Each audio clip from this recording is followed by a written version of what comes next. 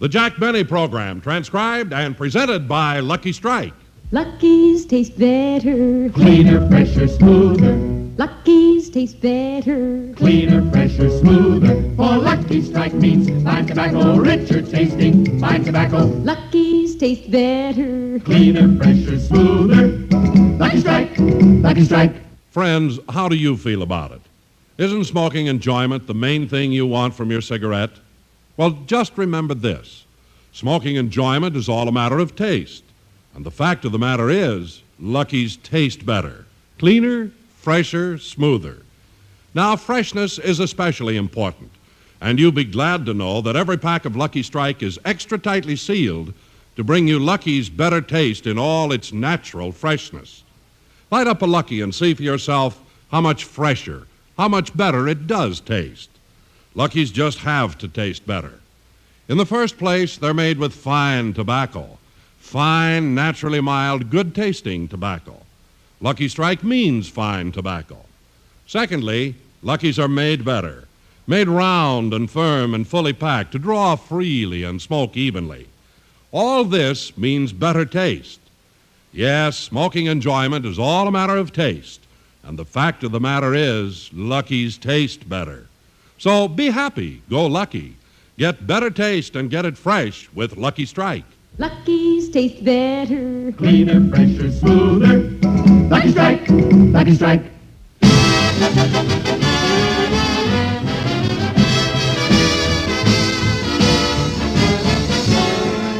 The Lucky Strike program starring Jack Benny with Mary Livingston, Rochester, Dennis Day, Bob Crosby, and yours truly, Don Wilson.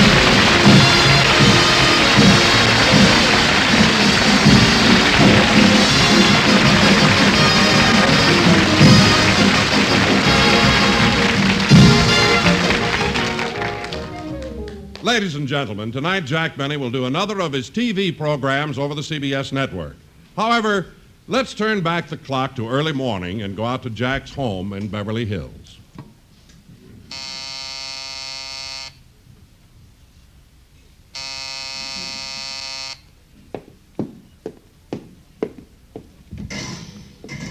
Good morning, Rochester. Oh, good morning, milkman.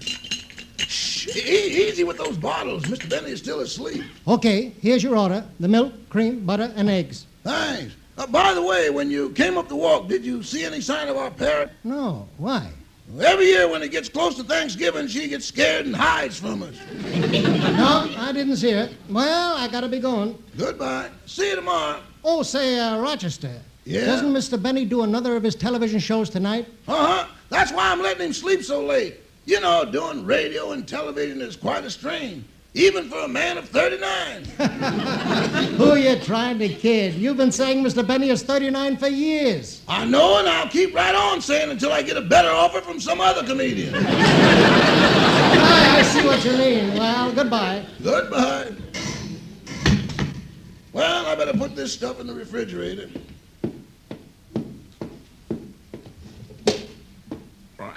Hello.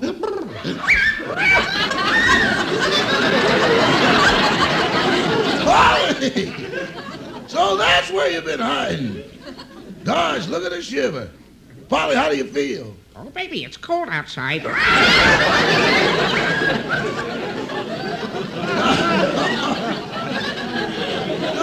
God, Polly.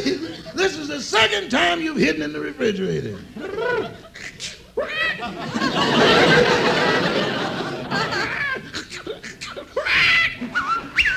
Here, let me take you out of there. I better give you something to keep you from catching cold. Let's see, what's good for that? Maybe some cognac or hot milk. Yeah, I'll give you some hot milk. Cognac. Okay, Polly, I'll give you a little.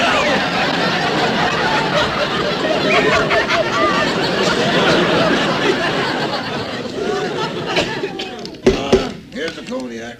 I'll pour a little into your dish. Good morning, Rochester. Good morning, Mr. Benny. I'll have your breakfast in just a minute. Oh, that's fine. I'm really hungry. It won't take long. I let you sleep a little later because you're doing your TV show tonight. You know, I'm glad you did, Rochester, because I had the same dream again. The one where you were locked in the California bank? Yeah. And I counted all the money. The 5s, 10s, 20s, 50s, 100s, and $1,000 bills. And finally, the total was $7,349,560. Boy, what a relief. Why? The night before, I was $2 short.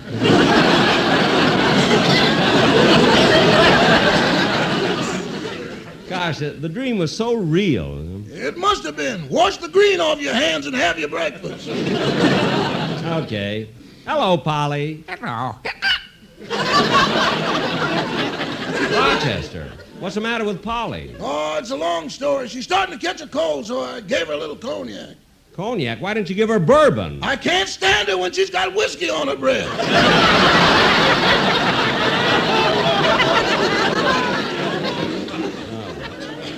Well, take good care of her while I'm at the studio. You know, I won't want anything to happen.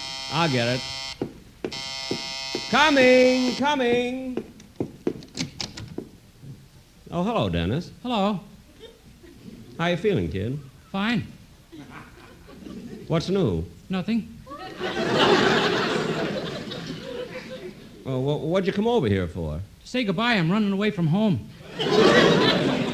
Not again. Always runs away from home. Dennis, does your mother know you're running away from home? It was her idea. Oh, for heaven's sake. Another fight with your mother, huh? Uh-huh. What happened this time? Well, we were all sitting around the dinner table laughing and having a good time, and then suddenly she lost her temper when I mentioned August 14th, 1924.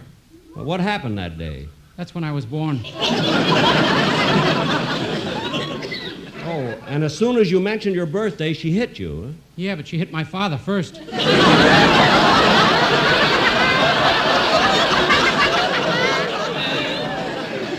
Now, look, kid, why don't you... Oh, Mr. Benny! What is it, Rochester? Your breakfast is ready. Okay, I'll be right there.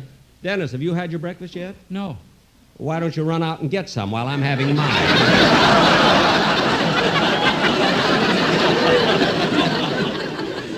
It won't take long. Mr. Benny, when I heard Mr. Day come in, I prepared breakfast for him, too. Oh. Well, Dennis, how about joining me? Oh, no, thanks. I'm not hungry. But, Dennis, you told me you haven't had your breakfast. I know. Then how come you're not hungry? I just had lunch. Look, Dennis, if you weren't going to run away and you were going to be on the program next Sunday, you'd sing a song, wouldn't you? Yes, sir. Well, let's hear it now. Always running away.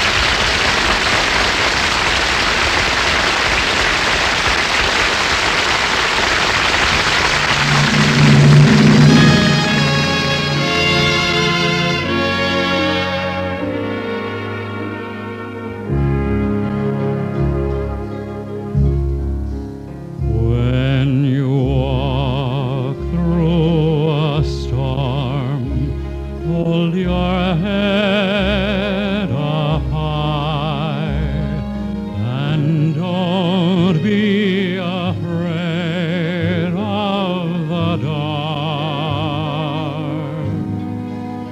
At the end of the storm, here's a golden sky and the sweet silver song of a lark.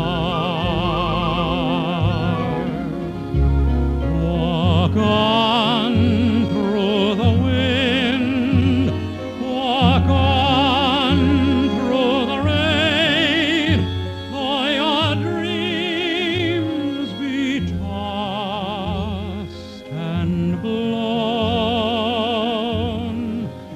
Walk on,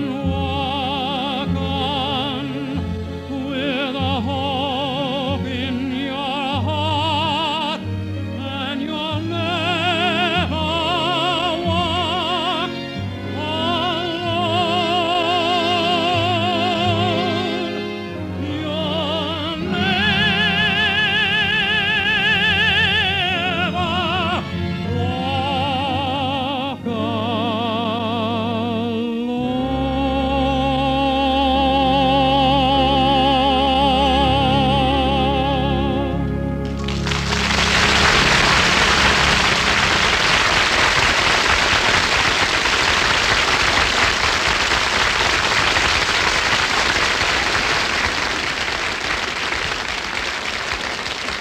Dennis, that old song was fine. I know it'll be wonderful on the program next Sunday. What do you mean next Sunday? I'm running away today.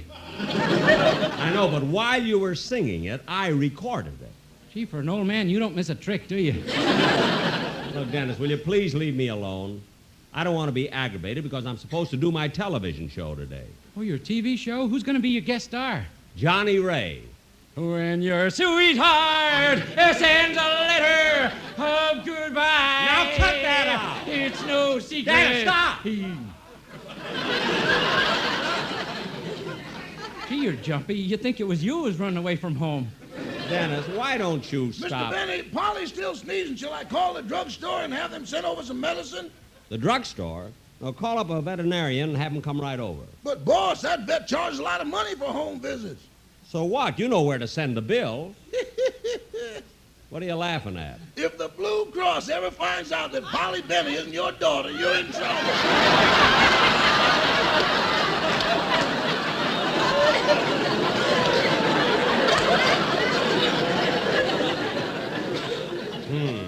Anyway, Polly doesn't need a vet. She just has a little cold. Oh, say, Mr. Benny, can I use your phone? The phone? Yes, Dennis, go ahead. Thanks. I want to call TWA. I'm going to get on a plane and go as far Now, away wait a as I... minute, Dennis. Wait a minute. This has gone far enough. Now, you pick up that phone and call your mother and tell her that you're sorry and that you're not going to run away from home. But, Mr. Benny... Do as I say. Now, call your mother. Okay. Silly kid. Just before Thanksgiving, treating his mother like that. Hello, Mother. This is Dennis, your son. I'm over at Mr. Benny's. Uh-huh. He wanted me to call you and tell you I'm sorry and that I'm not going to run away from home. What? Okay, goodbye, Mother. What'd she say? She said for you to mind your own business. Well,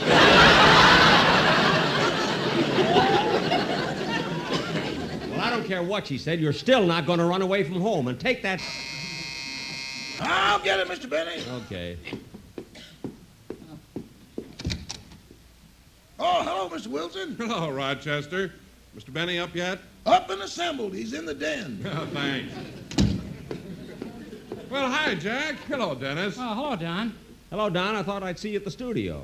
I know, but I came over here first. I want to see you about a rather personal matter. What is it? Well, can I talk to you privately? It's a little confidential. Oh, don't mind me. Tomorrow I'll be in Pakistan. Dennis, keep quiet. Now, what is this personal matter, Don? Well, I've broached this subject to you before. It's just this. I don't like all the jokes you make about my size. But, Don... Oh, it wasn't so bad on radio because there the listeners couldn't see me. You could even do the same jokes about a skinny person. Well, then what's your complaint? Now you're doing them on television, and with me standing there, people can see I'm a big tub of blubber.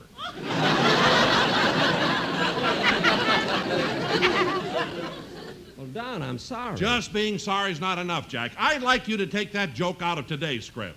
Which joke? The one where you say to me, Don, are those your chins or are you chewing on a Venetian blind?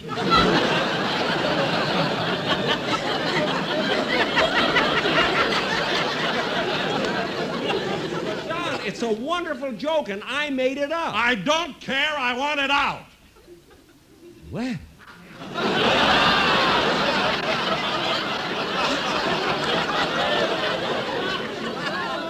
You must be loaded.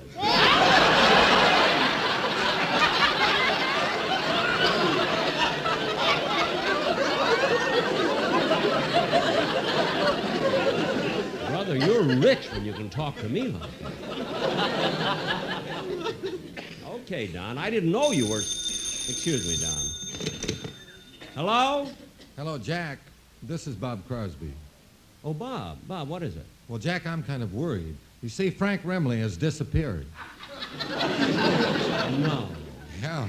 He's been gone for a couple of weeks now, and I'm getting more and more upset. Did you report his disappearance to the police? I went there last night. Well, did you give the police a good description of Frankie? Well, I didn't have to. They got his picture, fingerprints, and baby shoes.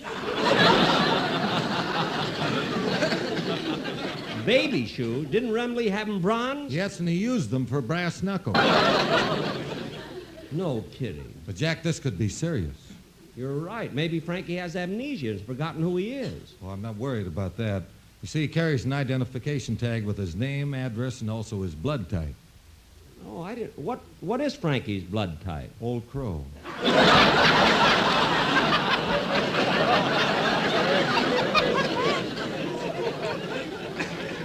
Well, that I should have known. Now, look, Bob, don't worry about Frankie.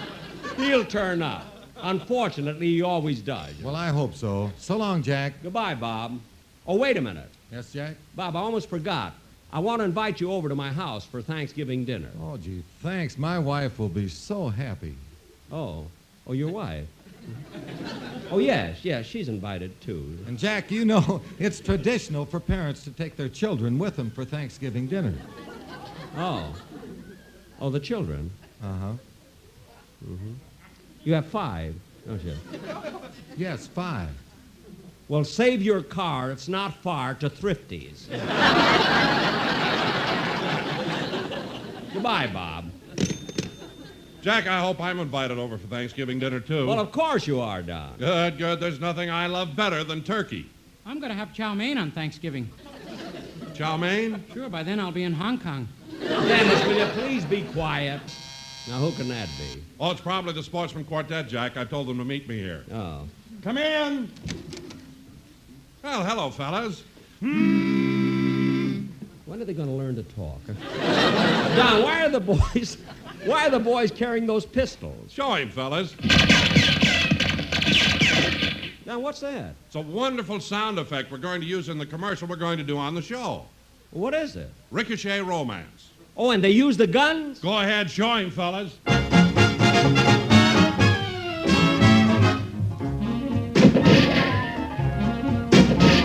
They warned me when you kissed me, your love would ricochet. Your lips would find another, and your heart would go astray. I thought that I could hold you with all my manly charms, but then one day you ricocheted to someone else's arms. And baby, I don't want a ricochet romance, I don't want a ricochet love. If you're careless with your kisses, find another turtle dove. I can't live on ricochet romance, no, not me. If you're gonna ricochet, baby, I'm gonna set you free. I knew the day I met you, you had a roving eye. I thought that I could hold you, what a fool I was to try. You promised you'd be faithful, and you would never stray. Then like a rifled bullet, you began to ricochet. But baby, I don't want a ricochet romance, I don't want a ricochet love. You and me are through forever, find another turtle dove. Thanks for all those gifts you gave me, those lucky strikes. Let's forget and light up a lucky, that's the one I like. I'll be happy puffing a lucky, I can count on luckies I know. Always with me when I travel, fully packed and ready to glow. Always cleaner, fresher and smoother, the best smoke yet. Let's be happy, happy-go-lucky, what a cigarette. Let's be happy, happy-go-lucky, let's light a lucky strike.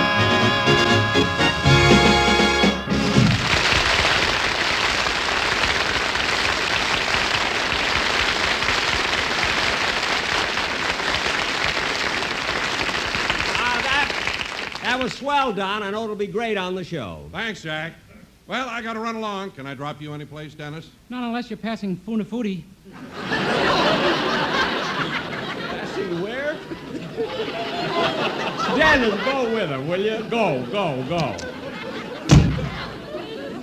Mr. Benny, What? you better get going to the studio or you'll be late for your television show. Oh, yes, I better hurry. Well, I'll see you later. Okay. So long, boys. Goodbye. You know, Rochester, I'm kind of nervous. I hope I have a funny television show today. Oh, you don't have to worry about that, boss. The minute you come on the stage, the audience will start laughing and screaming. You can't miss. What makes you so sure? You forgot to put on your pants. I'll be darned. I almost did TV in my BVDs. Rochester, get me my trousers. I have to hurry to the studio. Yes, sir.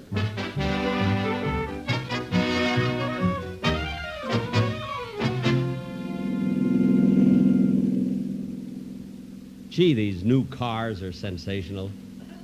Power steering, windows go up when you press a button, a classy horn. Gee, I'm sure glad I waited for a 1954 Cadillac. Yes, sir. There aren't very many of these on the road yet. Well, here's Television City.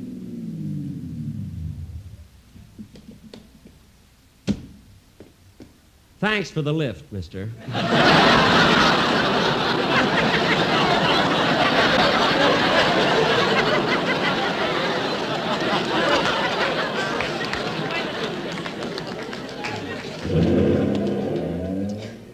Well, I better go in.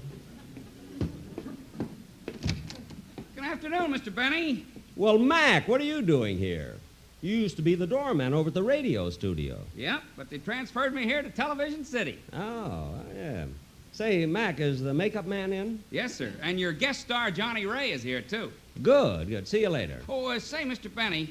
Yes, Mac. Mr. Benny, how long ago was it that you held the I Can't Stand Jack Benny contest?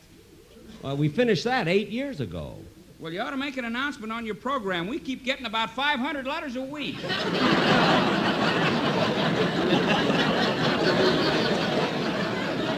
Well, at least they're listeners. They couldn't hate me if they weren't. Yeah. See you later. Dum dum dum dum ricochet romance dum dum pum pum pum pum dum dee. Gee, Television City is certainly beautiful. It's got the latest style architecture. The architects put in all the latest improvements. Electric eyes, sliding walls, thermostatic air conditioning, indirect lighting, complete soundproofing. Luckily, there's a gas station on the corner. They forgot the washrooms.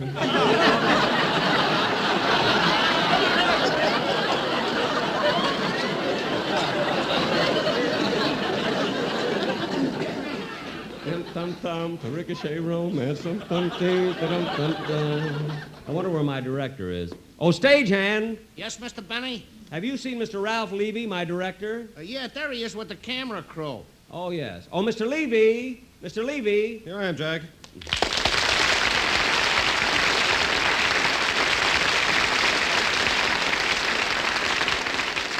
Mr. Levy, I understand you have some things you wanted to discuss with me before I go on. Oh, yes, Jack. It's just a minor thing. But whenever you start a television show and you're out on the stage by yourself, I notice you always keep putting your hands in your hip pocket. This can be very distracting. Well, I'm sorry, Ralph. It's a habit. Jack, you're out there alone. Your money's safe.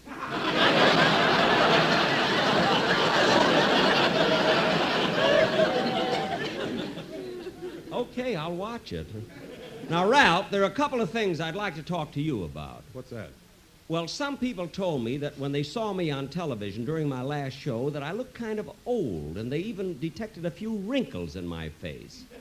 Now, why is that? Well, it's very simple, Jack. You see, you know you're 39, and I know you're 39. It's just the camera that's so stupid.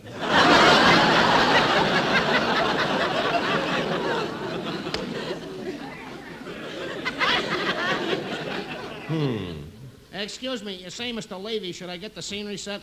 Yeah, Joe, and Harry, move those lights in a little closer. Dick Fisher, tell the cameraman to stand by. Oh, say, Ralph, wait a minute. We're not doing a murder mystery on the show tonight, are we? Of course not. Then why is that body lying there? I don't know. It's been there since we did our last TV show.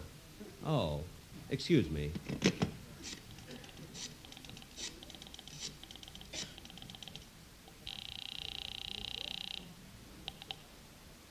Hello. Hello, Bob. I found him.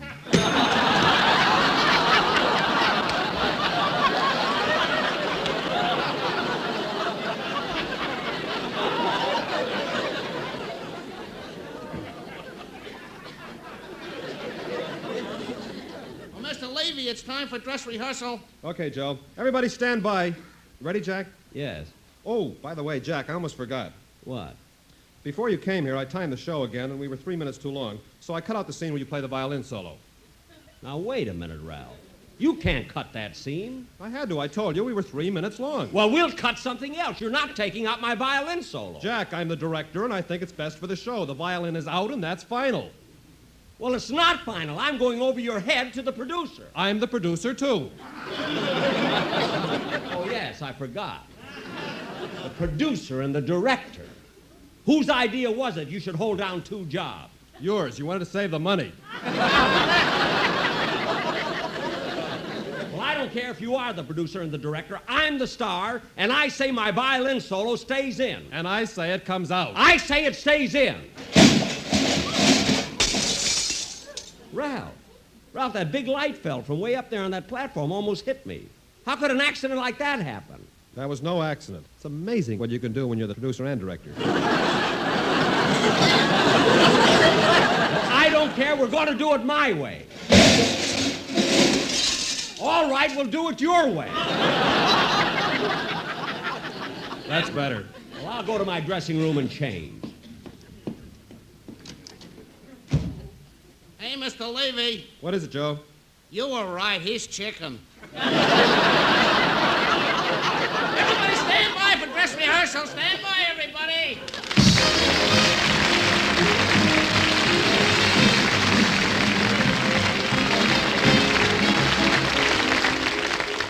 I will be back in a minute to tell you about my show, which goes on immediately after this program on the CBS television network with my guest star, Johnny Ray. But first, a word to cigarette smokers. Smoking enjoyment is all a matter of taste, and the fact of the matter is Lucky's taste better. Lucky's taste better. Cleaner, fresher, smoother. Lucky's taste better. Cleaner, fresher, smoother. For Lucky Strike means fine tobacco, richer tasting, fine tobacco. Lucky's taste better. Cleaner, fresher, smoother. Lucky Strike, Lucky Strike. Friends, let's take a good close look at the subject of why you smoke cigarettes.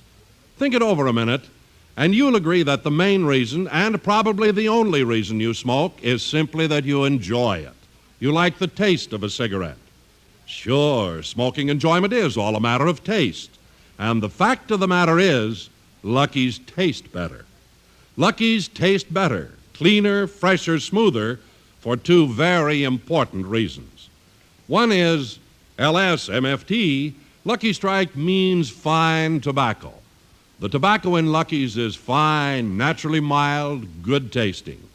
Another reason for this better taste is that Lucky's are actually made better, made round and firm and fully packed to draw freely and smoke evenly.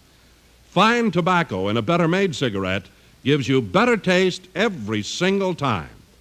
So if you go along with me that smoking enjoyment is all a matter of taste, then be happy, go Lucky, because the fact of the matter is, Lucky's taste better. Get a carton of Lucky Strike and see for yourself. Be happy, go lucky, get better taste today. Ladies and gentlemen, as I mentioned before, tonight I'm doing my TV show on the CBS network, and my guest star will be Johnny Ray. And we're going to... Oh, excuse me. Hello? Oh, Johnny, are you at Television City? You aren't? Well, where are you? On the corner of... What are you doing there? Oh, you're waiting for a 1954 Cadillac, too. Well, get here as soon as you can. Goodbye, Johnny. Good night, folks. See you in 30 seconds.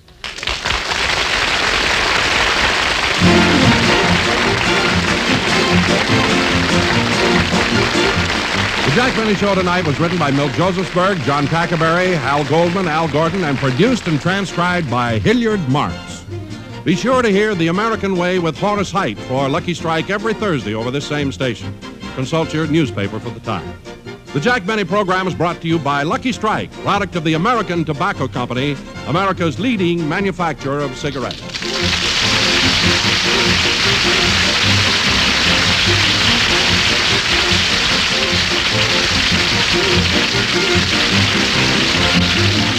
Thank you.